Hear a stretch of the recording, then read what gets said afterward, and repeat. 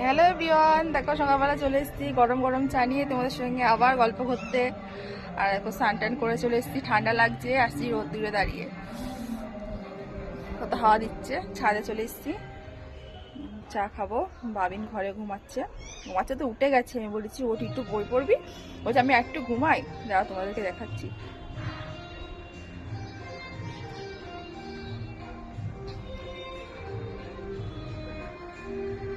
কত ঠান্ডা হাওয়া দিচ্ছে,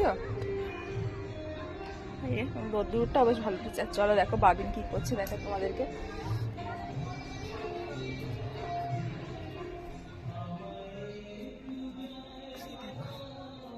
দেখেছো শুয়ে শুয়ে খেলা করছে। বাপি তাকাও দিকে, তাকাও, দেখেছো দুষ্টু বাবা এটা আমার। চলো চাটা খেয়ে নি, চাটা অনেকটা গরম, চলো চাটা